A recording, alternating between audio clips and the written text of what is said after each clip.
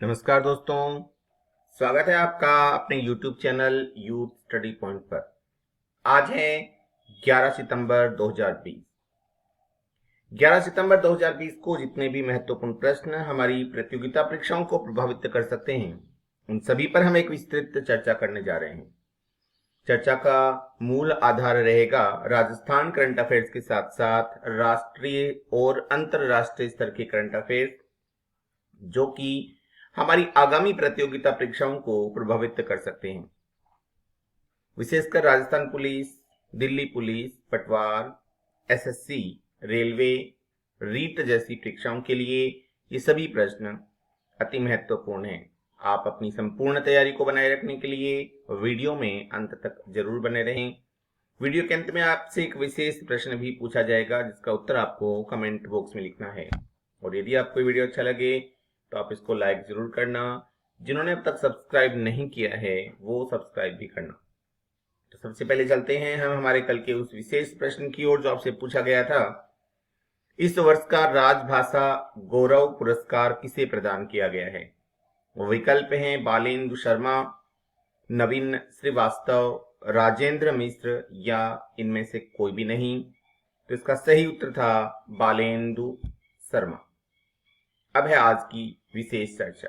आज का पहला प्रश्न है, यूजीसी ने देश की टॉप 100 यूनिवर्सिटीज को ऑनलाइन डिग्री कोर्स चलाने की मंजूरी प्रदान की है। इसमें राजस्थान के कितने विश्वविद्यालय शामिल किए गए हैं? 2, 3, 4 या 5? तो इसका सही उत्तर है 1 नंबर विकल्प, 2 विश्वविद्यालय। विशेष चर्चा करें तो यूजीसी ने देश की टॉप 100 यूनिवर्सिटीज को ऑनलाइन डिग्री कोर्स चलाने की मंजूरी दी है। उसमें राजस्थान के 2 विश्वविद्यालयों को शामिल किया गया है, वनस्थली विद्यापीठ टोंक व बीट्स पिलानी, जो कि झुंझुनू में स्थित है, को शामिल किया गया है। एक विश्वविद्यालय को अधिकतम 3 यूजी व 10 पीजी ऑनलाइन डिग्री कोर्स चलाने की अनुमति प्रदान की गई है। इसके बाद है दूसरा प्रश्न है, लॉकडाउन के उपरांत राजस्थान निर्वाचन आयोग ने राजस्थान में कितनी ग्राम पंचायतों के चुनाव हाल ही में घोषित किए हैं? 2500 ग्राम पंचायतों के, 3000 ग्राम पंचायतों के, 3838 ग्राम पंचायतों के या 3848 ग्राम पंचायतों के? तो इसका सही उत्तर है नंबर 4, 3848 ग्राम पंचायतों के। विशेष चर्चा करें तो लॉकडाउन के उपरांत राजस्थान निर्वाचन आयोग ने राजस्थान में 3848 ग्राम पंचायतों के चुनाव घोषित किए हैं। ये चुनाव 4 चरणों में पूरे होंगे। पहला चरण 28 सितंबर से प्रारंभ होगा, दूसरा चरण 3 अक्टूबर से प्रारंभ होगा, तीसरा चरण 6 अक्टूबर से और चौथा चरण 10 अक्टूबर से प्रारंभ होने जा रहा है। इसके बाद है अब चर्चा करते हैं राज्य चुनाव आयोग के विषय में। राज्य चुनाव आयोग का गठन 1994 ईस्वी में हुआ। संविधान के अनुच्छेद 243 के तहत इसका गठन किया गया था। राजस्थान में पंचायती राज संस्थाओं का पहला चुनाव 1960 ईस्वी में हुआ। 73वें संविधान संशोधन 1992 के तहत 24 अप्रैल 1993 को पंचायती राज को संवैधानिक दर्जा प्रदान किया गया। बहुत बार ये प्रश्न पूछा जा चुका है। राजस्थान में यह 23 अप्रैल 1994 से लागू हुआ। राष्ट्रीय पंचायती राज दिवस 24 अप्रैल को प्रतिवर्ष मनाया जाता है। इसके बाद है अगला प्रश्न, विजय भव योजना को जो राजस्थान जिले में प्रारंभ की गई है का संबंध किस क्षेत्र से है? प्रशासनिक तैयारी कराने के क्षेत्र से, गरीबी मिटाने के क्षेत्र से, गंदगी को हटाने के क्षेत्र से या विद्यालय शिक्षा को बढ़ावा देने के क्षेत्र से? तो इसका सही उत्तर है नंबर 1, प्रशासनिक तैयारी कराने के क्षेत्र से। विजयी भव योजना संबंधित है जो राजसमंद जिले में प्रारंभ की गई है। राजसमंद के वर्तमान जिला कलेक्टर हैं श्री दिनेश राय, और श्री दिनेश राय ने प्रशासनिक सेवा में चयनित राजसमंद जिले के अभ्यर्थियों को इंटरव्यू में पास कराने के लिए मूल मंत्र सिखाएंगे और इसी तैयारी को उन्होंने विजयी भव नाम प्रदान किया गया है, जो कि एक प्रकार से एक नवाचार है। इसके बाद है अगला प्रश्न, राजस्थान में सरकारी स्कूलों के शिक्षक शिक्षा की गुणवत्ता में सुधार लाने और शैक्षिक व शैक्षणिक गतिविधियों पर फोकस करने के लिए शिक्षा विभाग ने किस योजना की पहल की है? शिक्षित राजस्थान, पढ़े राजस्थान, होनहार राजस्थान या साक्षर राजस्थान? तो इसका सही उत्तर है नंबर 3, होनहार राजस्थान। विशेष चर्चा करें तो राजस्थान में सरकारी स्कूलों के शिक्षक शिक्षा की गुणवत्ता में सुधार लाने और शैक्षिक व शैक्षणिक गतिविधियों पर फोकस करने के लिए शिक्षा विभाग ने होनहार राजस्थान योजना की पहल की है। इसके तहत कक्षा 2 से कक्षा 7 तक के विद्यार्थियों के शैक्षिक स्तर के अनुसार स्कूलों को गोल्ड, सिल्वर और कांस्य पदक प्रमाण पत्र दिए जाएंगे। यानी इसमें कक्षा 2 से 7 तक के विद्यार्थियों का मूल्यांकन होगा, शैक्षिक स्तर का मूल्यांकन होगा और यदि अच्छा पाया जाता है तो उन विद्यालयों को गोल्ड मेडल, सिल्वर मेडल व कांस्य मेडल प्रदान किए जाएंगे।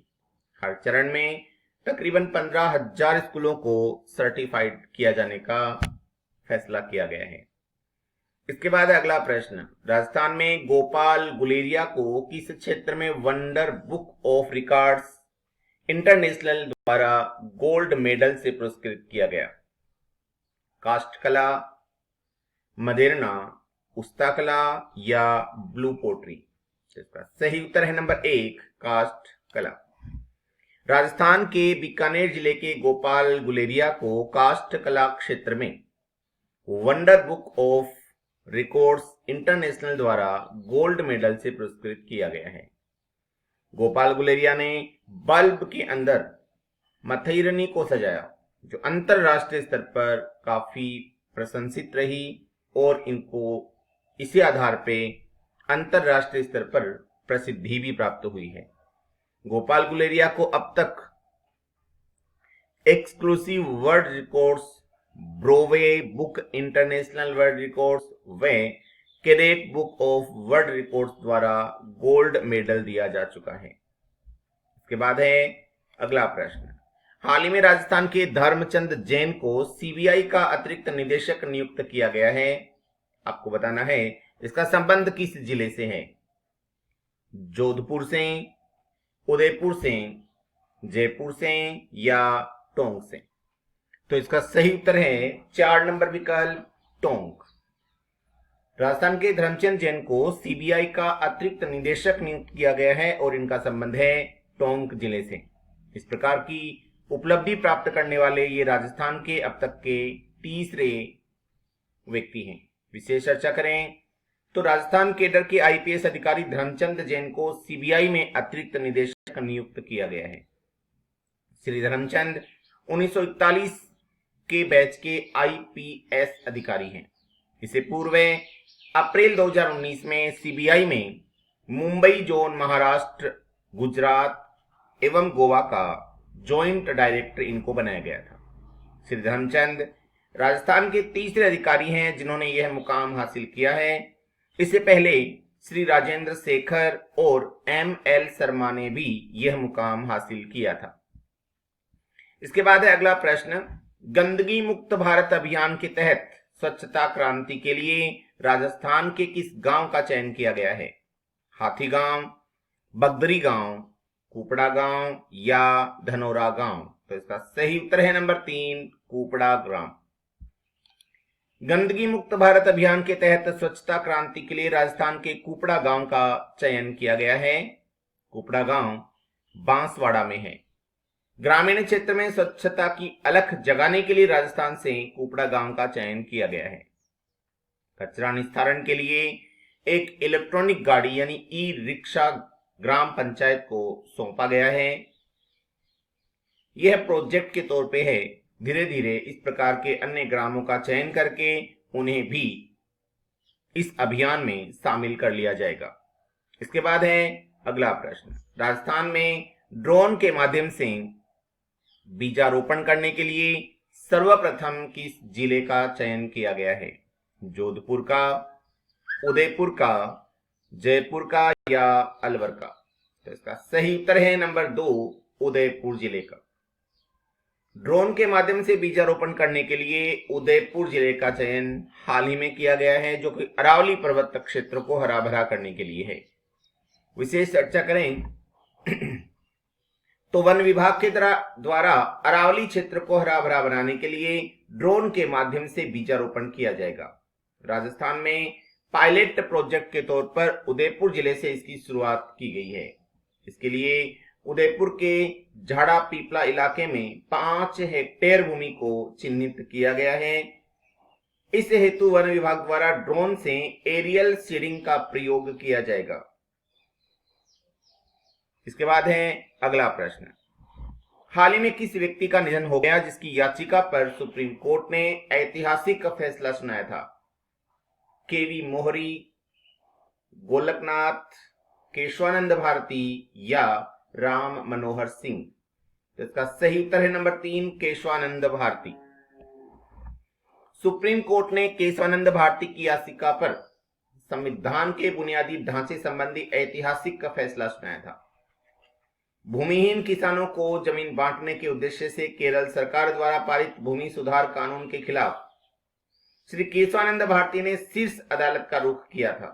केशवानंद भारती बनाम केरल राज्य, ये बहुत बार पूछा जाता है। यह मामला संविधान की सीमा को संशोधित करने के लिए संसद की शक्ति का जवाब मांग रहा था। इसका उत्तर 13 न्यायाधीशों की संविधान पीठ द्वारा दिया गया कि संविधान का बुनियादी संरचना अप्रचलित है और इसे संसद द्वारा संशोधित नहीं किया जा सकता। इसके बाद है अगला प्रश्न, विश्व आत्महत्या रोकथाम दिवस किस तिथि को मनाया जाता है? तो यह मनाया जाता है 10 सितंबर को। 10 सितंबर को वैश्विक स्तर पर आत्महत्या रोकथाम दिवस मनाया जाता है। विशेष चर्चा करें तो international association for suicide prevention यानी AISP हर साल विश्व आत्महत्या रोक दिवस का आयोजन करती है। आत्महत्या के बढ़ते मामलों को रोकने के लिए साल 2003 में इसे शुरू किया गया था। विश्व आत्महत्या रोकथाम दिवस को मनाए जाने का उद्देश्य है दुनिया भर में तेजी से बढ़ रहे आत्महत्या के मामलों को रोकना। वस्तुतः 3 प्रकार के विशेष दिवस मनाए जाते हैं: विश्व दिवस, इंटरनेशनल दिवस और नेशनल दिवस, यानी राष्ट्रीय, अंतरराष्ट्रीय और विश्व दिवस। याद रखिएगा, विश्व दिवस वह दिवस होता है जो विश्व भर में एक साथ मनाया जाता है। इंटरनेशनल दिवस वह दिवस होता है जो एक से अधिक देशों के साथ मनाया जाता है और नेशनल दिवस वह है जो केवल एक ही देश में मनाया जाता है। इसके बाद है अगला प्रश्न, किन 2 देशों के सशस्त्र बलों के बीच आपूर्ति एवं सेवाओं के आदान प्रदान के लिए एक समझौते पर हस्ताक्षर किए गए हैं? भारत और जापान, चीन और पाकिस्तान, रूस और जापान, भारत और रूस? तो इसका सही उत्तर है 1 नंबर विकल्प, भारत और जापान।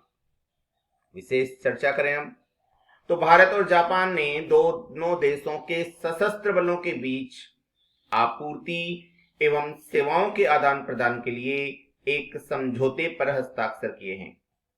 रक्षा सचिव अजय कुमार और जापानी राजदूत सुजुकी सतोशी ने बुधवार को इस समझौते पर हस्ताक्षर किए। इस समझौते में निकट सहयोग के लिए रूपरेखा बनाने, सूचना के आदान प्रदान करने और दोनों देशों के सशस्त्र बलों द्वारा एक दूसरे की सैन्य सुविधाओं के इस्तेमाल की बात की गई है। अगला प्रश्न है, हाल ही में भारतीय प्रधानमंत्री श्री नरेंद्र मोदी ने कितने करोड़ रुपए की प्रधानमंत्री मत्स्य संपदा योजना का शुभारंभ किया है? विकल्प हैं 20,000 करोड़, 21,000 करोड़, 20,150 करोड़ या 20,050 करोड़।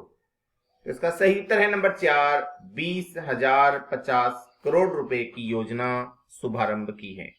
विशेष चर्चा करें तो प्रधानमंत्री नरेंद्र मोदी ने 20,050 करोड़ रुपए की प्रधानमंत्री मत्स्य संपदा योजना यानी PMMSY का हाल ही में शुभारंभ किया है।